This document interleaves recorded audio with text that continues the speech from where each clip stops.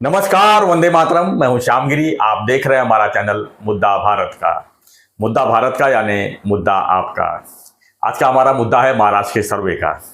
जी हाँ, पिछले दिनों सी वोटर्स और आज तक यानी इंडिया टुडे ने एक सर्वे निकाला था जो इंडिया बेस पे था, यानी भारत के पूरे जितने राज्य हैं उनके अलग अलग जो है सर्वे निकाले थे, जिसमें एनडीए यानी कि भारतीय जनता पार्टी फिर से सरकार बनाते हुए पूरी तरह से दिखाई गई है। और इसमें एनडीए को 350 प्लस सीटें जो है जीतती हुई दिखाई दी थी। लेकिन चौंकाने वाला सर्वे ये था कि महाराष्ट्र का जो था, महाराष्ट्र में उन्होंने बताया था कि जो महाराष्ट्र का सर्वे है उसमें एनडीए को काफ़ी झटका लग रहा है। यानी भाजपा, शिवसेना और अजीत दादा की जो पूरी एनडीए बनी हुई है उसमें इस समय उनके 42 सीट्स है, यानी 48 में से 42 सीट है। लेकिन उनको जो है दिखाया गया था कि 22 सीट के ऊपर नहीं जा रहे, यानी कि इतना नुकसान, यानी 20 सीट का नुकसान। और वही जो है महाविकास आघाड़ी को उन्होंने 26 सीट दे दिया। यानी कि महाविकास आघाड़ी देखा जाए तो शिवसेना टूट चुकी है, राष्ट्रवादी कांग्रेस पार्टी टूट चुकी है, मराठा आरक्षण का भी मुद्दा है। तो इन सबको देखते हुए जो सर्वे था, क्या ये सर्वे सही था? इसी पर मैंने थोड़ा सा विश्लेषण किया है, इसको थोड़ा सा स्टडी किया है। हमारे सहयोगी जो एडवोकेट विवेक जोशी जी हैं, उन्होंने काफ़ी बारीकी से इसका अध्ययन किया और उन्होंने पाया कि ये जो सर्वे था पूरी तरह से बोगस था। बोगस भी कह सकते हैं, पूरी तरह से अवैध भी कह सकते हैं। तो इसी पर हम थोड़ा चर्चा कर लेते हैं। आज हमने सोचा कि आपके सामने जो असलियत है वो कम से कम आपके सामने रखूं कि सही हकीकत क्या है। क्या अगर चुनाव अभी होते हैं लोकसभा के, तो होना ही है, 1-1.5 महीने में तो मेरे ख्याल से उसके चुनाव के समय वगैरह सब सामने आ जाएंगे। लेकिन सर्वे अगर हुआ है तो क्या हकीकत है, क्या इस समय सही में एनडीए यहाँ पर बुरी तरह से पिटती हुई दिख रही है? सर, आपका स्वागत है एक बार फिर से हमारे चैनल में। आप हमारे लिए एक स्पेशल समझ लो भूमिका में रहते हैं हमेशा, क्योंकि आपसे मैं वही चीज़ पूछता हूँ जो एकदम बारीकी से अध्ययन करके जो आप लाते हैं उसी को हम लोगों सामने पेश करता हूँ। तो हमने आपसे रिक्वेस्ट किया था कि जो ये सर्वे हुआ है 4-5 दिन पहले जो हुआ है सी वोटर्स और इंडिया टुडे का, हकीकत क्या है? जो महाराष्ट्र का जो रिजल्ट उन्होंने दिखाया है कि 22 सीट एनडीए को और 26 सीट जो है महाविकास आघाड़ी को, और बीजेपी को उसमें 16 सीट और कांग्रेस को 12 सीट, ये सब कहाँ से सीट निकाला उन्होंने सर? जय हिंद, वंदे मातरम दोस्तों। सर, ये जो सर्वे अभी सी वोटर और जो बाकी के लोगों ने अभी मूड ऑफ नेशन कह के सर्वे करके दिया, उस सर्वे में जो दिखाया गया वो बहुत ही लिमिटेड पॉइंट ऑफ व्यू से दिखाया गया।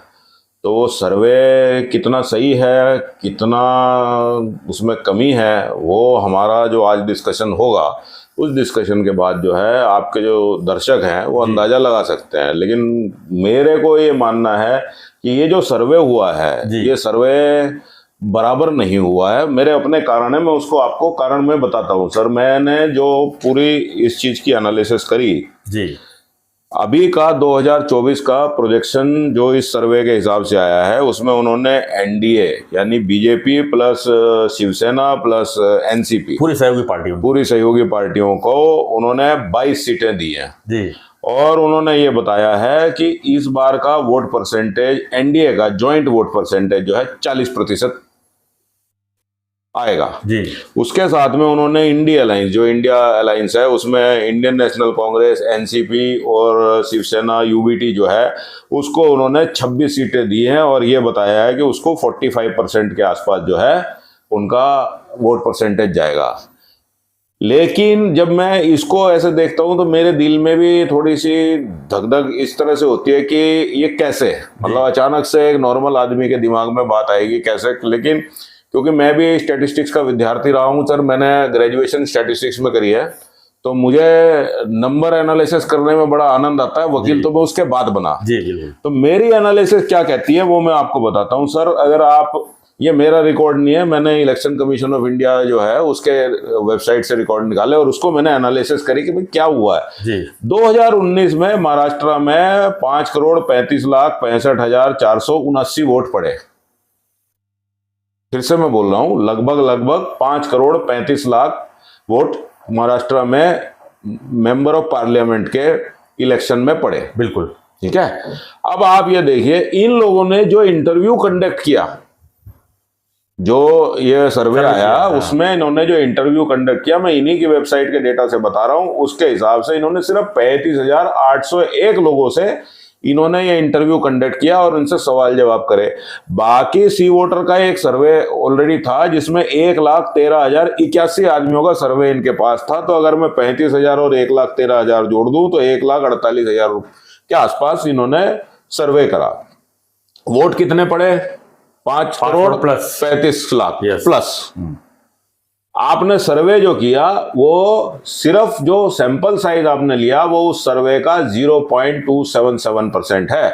1% भी नहीं, 1% छोड़िए, 0.5% भी नहीं, आधा % भी नहीं है।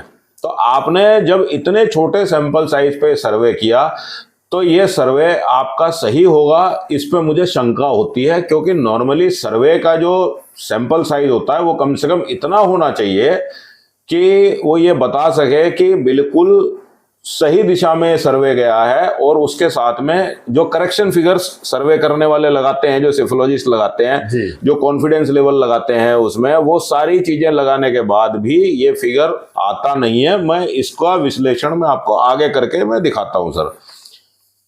श्याम सर, 2019 में जी जब भाजपा और शिवसेना साथ में लड़े, 25 सीट पर भाजपा लड़ी थी, 23 सीट भाजपा ने जीती। शिवसेना ने 23 सीट पे लड़े, 18 सीट पे जीते। इन दोनों का इंडिविजुअल वोट परसेंटेज मैं बता रहा हूं आपको। भाजपा का 27.84% वोट शेयर था। शिवसेना जो उस समय जुड़ी हुई शिवसेना थी उसका वोट परसेंटेज 23.50% था। एनडीए का टोटल वोट परसेंटेज उस समय पे 51.34% था महाराष्ट्र में, जो एनडीए को वोट परसेंटेज मिली। अब इसमें देखने वाली बात यह सर, शिवसेना के जगह पे जो नेशनल एनसीपी जो है, शरद पवार साहब की जो पार्टी थी, उसने 19 सीट पे चुनाव लड़ा और 4 सीट उन्हें मिली और 15.66% उनका वोट परसेंटेज था। ओवैसी जी की जो पार्टी थी वो भी 1 सीट जीत गई, 0.73% उनका वोट शेयर था। कांग्रेस जो इंडिया अलायंस को बना के आगे चल रही है, उसने 25 सीटों पे चुनाव लड़ा, सिर्फ 1 सीट पे उसने चुनाव जीता, 16.41% उसका वोट शेयर था। उसके बाद जो है बाकी के जो मैं उन पे नहीं जाता, लेकिन अगर आप मोटा मोटा एनालिसिस करें तो 51.34% एनडीए का वोट शेयर था। अब आप ये समझिए, अब जब हम 2024 की परिस्थिति में इसको देखते हैं सर, जो बीजेपी थी वो तो इंटैक्ट थी जी, बीजेपी का वोटर आज भी इंटैक्ट है, बिल्कुल ठीक है। क्योंकि बीजेपी का वोटर सर क्या करता है, बीजेपी का वोटर सिर्फ बीजेपी को वोट देता है क्योंकि वो कोर वोटर है। उसी के साथ जो कांग्रेस का कोर वोटर है वो भी कांग्रेस को ही वोट देगा, वो किसी और को वोट नहीं देगा। वैसे ही पवार साहब के जो फैन है, जो शरद पवार जी के जो फैन बेस है, आप कुछ भी कर लो वो उन्हीं को वोट देंगे जी, और किसी को वोट देते ही नहीं वो। तो अब अगर ये परिस्थिति थी तो आज महाराष्ट्र में 2 पार्टीज का विघटन हो गया, जिसमें से एक शिवसेना पार्टी है जो शिंदे साहब और उद्धव ठाकरे जी के बीच में टूटी। तो इसका मतलब है कि जो शिवसेना का ओरिजिनल वोट था 23.50%, वो भी उसी अंदाजे में टूटेगा। अब ये तो नहीं हम कह सकते कि 50% उधर और 50% इधर, या हम ये नहीं कह सकते कि नेता तो उधर चले गए लेकिन पब्लिक जो है शिवसेना उद्धव ठाकरे साहब के पास थी। क्यों नहीं कह सकते? अगर ये चीज हुई होती तो पब्लिक आज सड़क पर उतर गई होती, आंदोलन हो गए होता है। ऐसा आपने कोई आंदोलन नहीं देखा। उसी तरह से जो एनसीपी पार्टी है वो टूटी, आदरणीय श्री शरद पवार जी के बीच में और अजीत दादा पवार जी के बीच में ये पार्टी टूटी। अब इसका हम थोड़ा सा एनालिसिस आगे करते हैं सर। महाराष्ट्र को जो इलेक्शन कमीशन ऑफ इंडिया है उसने अमुक 5 जगह डिवाइड करके रखा है। वेस्टर्न महाराष्ट्र में 11 सीट हैं, विदर्भ में 10 सीट हैं, मराठवाड़ा में 8 सीट है, थाने और कोंकण में 7 सीट है, मुंबई में 6 सीट है, नॉर्थ महाराष्ट्र में 6 सीट है। अब आप ये समझिए कि वेस्टर्न महाराष्ट्र जो है और वो पूना, सांगली, सतारा, सोलापुर, ये जो है ये एनसीपी पार्टी या कह लीजिए पवार जो फैमिली है वो इस जगह पे डोमिनेट करती है। जितना लगभग नामुमकिन है पवार फैमिली के सामने वहां पे। आज वो फैमिली में स्प्लिट हुआ, वो 2 में टूट गई। तो 50% वोट भी अगर वहां से भाजपा के साथ आ गया, क्योंकि आज अजीत पवार जी भाजपा के साथ आ गए, तो भाजपा का वोट परसेंटेज कम होना चाहिए या बढ़ना चाहिए? बढ़ेगा, सीधी सी बात है। बढ़ेगा। इन लोगों ने भाजपा का वोट परसेंटेज घटाया है। अब उस तरह से अगर आप शिवसेना का भी आप विघटन देख लीजिए, तो शिवसेना कोई आज पहली बार नहीं टूटी, इससे पहले भी शिवसेना टूटी थी। जब उद्धव जी और राज साहब के बीच में शिवसेना का डिवीजन हुआ, जी, उस समय भी जो राज साहब के सपोर्टर थे वो उनके साथ चले गए, उन्होंने एमएनएस बनाई। और आप देखिए एक नई पार्टी जो उन्होंने बनाई, जबकि मैं ये मानता हूं कि राज साहब जो हैं एडमिनिस्ट्रेटिवली और पॉलिटिकली वो ज्यादा सक्षम है, बहुत स्ट्रांग है। उनको भी एमएनएस बनाने में इतने साल लग गए।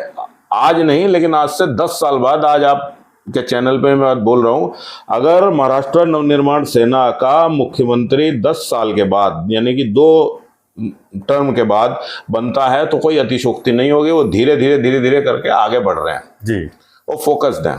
लेकिन उसी तरह से जो शिवसेना का वोटर था, जो राज साहब के साथ नहीं गया, वो शिवसेना के साथ रह गया। उस समय शिवसेना एक थी। उसके बाद नारायण राणे जी का भी इसमें से पलायन हुआ। उसके बाद फाइनली शिंदे साहब जो है वो कहते हैं मैं असली शिवसेना लेके आगे चले गए। अब आपको मैं दूसरी इसमें परिस्थिति बताता हूं कि जब शिवसेना का जो ओरिजिनल सिंबल है वो सिंबल शिंदे साहब के पास गया, उसी तरह से एनसीपी की घड़ी जो है वो अजीत दादा के पास गई। जब वोटर कहीं पे जाता है तो उसकी एक साइकोलॉजी होती है कि भाई ये मैं पार्टी को वो कैसे पहचानता है, वो उसके सिंबल से पहचानता है कि मैं शिवसेना का वोटर हूँ। मुझे बताइए, जब कोई शिवसेना का वोटर बूथ पे जाएगा और उसको वो शिवसेना का धनुष और बाण दिखेगा, तो वो बटन किस पे दबाएगा?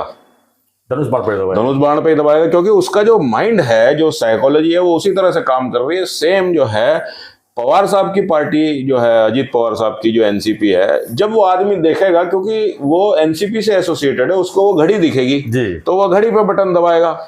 इससे पहले भी बीजेपी के साथ ये हो चुका है। बीजेपी का जो कमल का फूल था और रंग बिरंगा कमल का फूल था, 2014 के इलेक्शन में उसको काले और सफेद रंग के कमल के फूल से बदला। जानते क्यों बदला? क्योंकि वोटर जब वहां पे जाता था उसको रंग बिरंगा कमल का फूल वहां दिखता ही नहीं था। तो कई वोटर तो ऐसी चली जाती थी कि भाई मेरे दिमाग में देख के गया हूं मैं, कमल का फूल ऐसा होगा, लेकिन वहां तो काला और सफेद रंग का कमल का फूल था। इसलिए जब ये आई 2014 में, तब आपने देखा होगा सब लोगों ने अपने यहाँ पर जो पोजीशनिंग करी, इसी को ब्रांडिंग बोलते हैं, इसी को पोजीशनिंग बोलते हैं, कि आपने अपने वोटर्स को एक पर्टिकुलर आइडेंटिटी के साथ एसोसिएट कर दिया, वोटर आपके साथ वैसे रह गए। अब सर थोड़ा और आगे चलते हैं इस चीज में कि आज जो कंडीशन है जी, अगर हम दूसरी एनालिसिस पे देखें तो कांग्रेस आज लीड ले रही है या लेने की कोशिश कर रही है, न्याय यात्रा कर रही है और ये वाली यात्राएं कर रही है। 1980 में कांग्रेस की स्थिति यहां पर क्या थी? महाराष्ट्र में 1980 में कांग्रेस को 186 सीटें मिली थी एमएलए की। 1980 में बहुमत था और 26.16% कांग्रेस का वोट शेयर था। 26% में उन्होंने बहुमत ले लिया। 26% वोट शेयर था सर, 26.16% उनका वोट शेयर था। ये मैं आपको बता रहा हूं 1980 की बात। 1980 के बाद आज 2019 में कांग्रेस की जो दुर्गति हुई वो ये हुई कि कांग्रेस के पास जो सीट है 44 सीटें रह गई, कहां 186 और कहां जो है 44 सीटें। अब कांग्रेस का वोट परसेंटेज जो है 15.87% पे आ गया। आप समझिए ऑलमोस्ट 10% का वोट शेयर उनका गिरा जी। तो ये नंबर ऑफ वोट्स बढ़ी भी होंगी इस टाइम पे, लेकिन वोट परसेंटेज कांग्रेस की गिर गई। अभी वहीं पे आप भारतीय जनता पार्टी को आप देखिए तो भारतीय जनता पार्टी 1980 में सिर्फ 14 सीट पे थी और 9.38% इनका वोट शेयर था। 2019 में भारतीय जनता पार्टी 105 सीट पे जीती और भारतीय जनता पार्टी का वोट शेयर जो है 25.75% था, जो कि एमएलए के चुनाव में था, मतलब विधानसभा के चुनाव में था। लेकिन यही वोट शेयर जो भारतीय जनता पार्टी का जब आप उसमें देखेंगे लोकसभा में तो ये वोट शेयर जो है भारतीय जनता पार्टी का 27.84% था, यानी कि 1 से 1.5% का जो ज्यादा था वो नेशनल लेवल की पॉलिटिक्स जो थी उसको देख के था। अब इन्होंने ये सर्वे में जो बता दिया कि भाई इतनी सीटें इनको मिलेंगी, आप ये समझो कि सर मराठा स्ट्रॉन्ग होल्ड तो बट गया। महाराष्ट्र में आज की डेट में सर मराठा वोट्स जो हैं वो 35% है, 35%, और ओबीसी वोट्स जो हैं वो 50 से 52% के बीच में है। इतनी वोट्स हैं महाराष्ट्र में। अब आप मेरे को बताइए, समझने की कोशिश कीजिए कि मराठा वोट्स जो हैं आज इनके पास एकनाथ शिंदे जी हैं, अजीत पवार साहब हैं, तो मराठा वोट्स में बीजेपी ऑलरेडी 2019 में सेंध लगा चुकी है। तो 35% जो मराठा वोट्स हैं उसमें से कितनी वोटें बीजेपी को नहीं मिलेंगी, या अजीत पवार जी को नहीं मिलेंगी, या शिंदे साहब को नहीं मिलेंगी, जो कांग्रेस की तरफ या दूसरे की तरफ जाएंगे? ऐसा हो सकता है क्या? बिल्कुल नहीं। दूसरी तरफ ओबीसी जो वोट्स हैं वो 50 से 52% वोट्स हैं, उसमें तो वैसे ही बीजेपी का गढ़ है। अब जो लोग कैंपेन में उतरेंगे जी, जब इलेक्शन आएगा, जाहिर सी बात है नेशनल लेवल का इलेक्शन है, तो कैंपेन जो है एनडीए की तरफ से लीड करने वाले हमारे भारत के पंतप्रधान श्री नरेंद्र मोदी जी रहने वाले हैं। उनके साथ में अमित शाह रहेंगे, नितिन गडकरी रहेंगे, देवेंद्र फडणवीस रहेंगे, एकनाथ शिंदे जी रहेंगे, अजीत पवार साहब रहेंगे। उसके साथ में आप ये नामों की लिस्ट आप गिनिए, उदय सामंत जी हैं, नारायण राणे जी हैं, सुनील तटकरे जी हैं, केसरकर साहब हैं, छगन भुजबल साहब हैं, धनंजय मुंडे जो बीड और मराठवाड़ा जो रीजन है आपका, उसमें इतनी स्ट्रांग पर्सनैलिटी है। ये जब मोदी 3.0 की आंधी चलेगी, उसके सामने ये एनडीए का जो इंडिया का जो गठबंधन है, क्या ये टिकने वाला है? महाराष्ट्र में खास तौर से देखिए, सर्वे पे इलेक्शन नहीं जीते जाते। इलेक्शन जीतने के लिए एक सबसे बड़ी चीज क्या होती है, जो जमीन पे काम हो रहा था वो देखने की बात है। आज कोई ऐसा आंदोलन नहीं हुआ जिसकी वजह से कांग्रेस का वोट शेयर मुझे बढ़ता हुआ दिखे। भारतीय जनता पार्टी, शिवसेना और अजीत पवार साहब ने ऐसी कोई गलती नहीं करी जिसकी वजह से मुझे ऐसा लगे कि इनका कभी वोट परसेंटेज गिर जाएगा। नए वोटर्स जो हैं वो और आ गए हैं, और जो यंग वोटर्स हैं जी, वो इर्रेस्पेक्टिव ऑफ उनके रिलीजन के या उनकी पार्टी के, वो मोदी जी को वोट देना ज्यादा पसंद करते हैं। मेरे को ऐसा लगता है कि अगर 48 सीट में से जो इंडी गठबंधन है वो 4 सीट भी ले सका तो बहुत बड़ी बात है। 44 सीट जो है एनडीए यानी भाजपा और उनके जो गठबंधन है उनके पास ही रहने वाली है, और वोट परसेंटेज इस बार भाजपा का बढ़ेगा, घटेगा नहीं। अगर ये जो इन्होंने सैंपल साइज लिया, अगर ये 10-15% होता, जो ये टोटल सैंपल साइज इनका 0.2%, 0.27% है, तो मैं ये मानता कि साहब ये एक सही फिगर के बहुत नजदीक है। तब इस फिगर को चैलेंज करना बहुत मुश्किल हो जाता है। लेकिन आज की डेट में मैं इस फिगर पे 2% में हम कुछ नहीं कर सकते, कुछ नहीं कह सकते, बल्कि उस फिगर पे बिलीव ही नहीं करना चाहिए। ये मुझे ऐसा लगता है सर, जब महाभारत की लड़ाई हुई थी ना सर जी, तो उस समय दोनों सेनाएं आमने सामने थी, तो हर पार्टी जो है अपने आप को ये दिखाने के लिए कि भाई मैं युद्ध करने के लिए तत्पर हूं, मैं लड़ने के लिए, तो अपने आप को मोटिवेट करने के लिए शंख बाजे गाजे ढोल नगाड़े सब बजाते हैं। तो ये भी एक उसी तरह का मतलब सर्वे है, शंखनाद है, जो इंडिया अलायंस को दिखा रहा है मोटिवेट करने के लिए कि देखो भाई ये चीज है। इसको मैं नरेटिव चलाना कहता हूं, लेकिन नरेटिव हर समय सही नहीं होता। नैरेटिव जो जमीनी स्थिति हमको दिख रही है वो टोटली अलग है जी, और मेरा चैलेंज है अगर ये मुझे गलत प्रूव कर दें तो जब इलेक्शन होगा उसके बाद भी मैं आपके साथ चर्चा में फिर से उतरूंगा और हम फिर से इस पेज को मैं साथ चार्ट जो है अपने पास सेव करके रख लीजिए।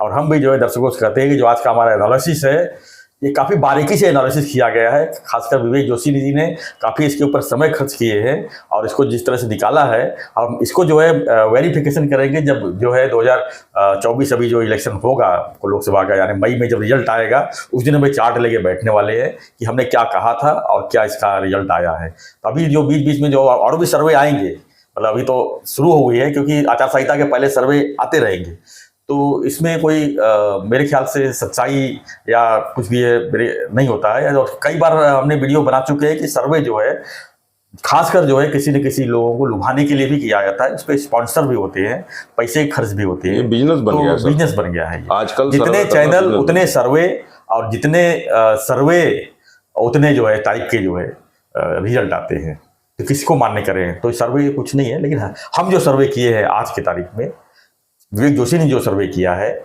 इसको आप जो है गांठ बांध कर रख लीजिए और हम जो है फिर मिलेंगे 2024 के मई महीने में जब इसका रिजल्ट आएगा। तो आपको क्या लगता है इसमें, हमें जो आपकी भी प्रतिक्रिया जरूरत रहेगी। आप भी बताइए कि जो हमने सर्वे किया है क्या ये सही मायने में ये ऐसे ही होना चाहिए, या आपके दिमाग में भी कुछ रहेगा तो कमेंट बॉक्स में लिखिए। और ऐसी खबरों के लिए बने रहिए हमारे साथ, देखते रहिए हमारा चैनल। धन्यवाद। जय हिंद, जय महाराज, जय श्री राम। धन्यवाद सर, धन्यवाद।